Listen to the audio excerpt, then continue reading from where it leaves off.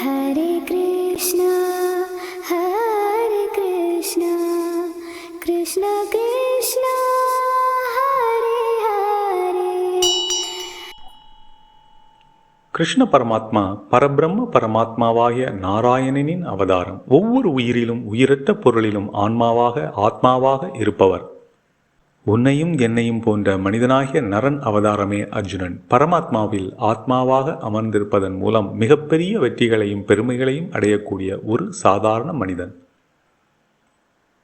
இப்போது மகாபாரதத்தின் சில நிகழ்வுகளை பார்ப்போம்.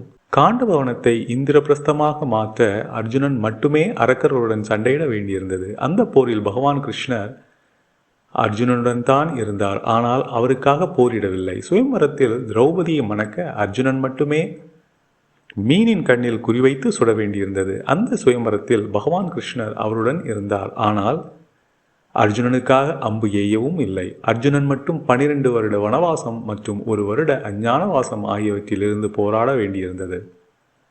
பகவான் கிருஷ்ணர் தொடர்ந்து அவருக்கு பக்கபலமாக இருந்தார். ஆனால் அந்த 13 ஆண்டுகளில் அவரது போராட்டத்தையும் வலியையும் எடுக்கவில்லை.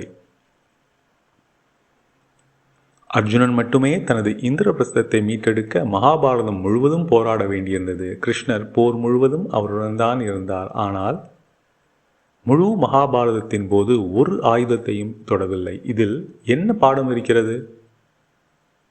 உங்கள் பக்கத்தில் பகவான் இருந்தாலும் ஒவ்வொரு நிகழ்வும் நடக்க உங்கள் கர்மா, உங்கள் கடமைகளை செய்ய வேண்டும். அந்த நிகழ்வு நடக்க வேண்டிய கர்மாவை பகவான் செய்ய மாட்டார், நீங்கள் தான் செய்ய வேண்டும். அர்ஜுனன் ஒவ்வொரு சூழ்நிலையிலும் தன் கர்மாவை செய்ய வேண்டியிருந்தது.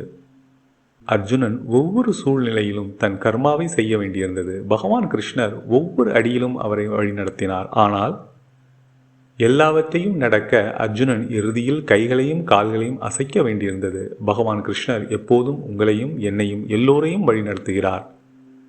நமக்குள் ஒரு ஆத்மாவாக அமர்ந்திருக்கிறார். சிலர் அதை உள்ளுணர்வு என்று அழைக்கிறார்கள், சிலர் அதை உள்குரல் என்று அழைக்கிறார்கள்.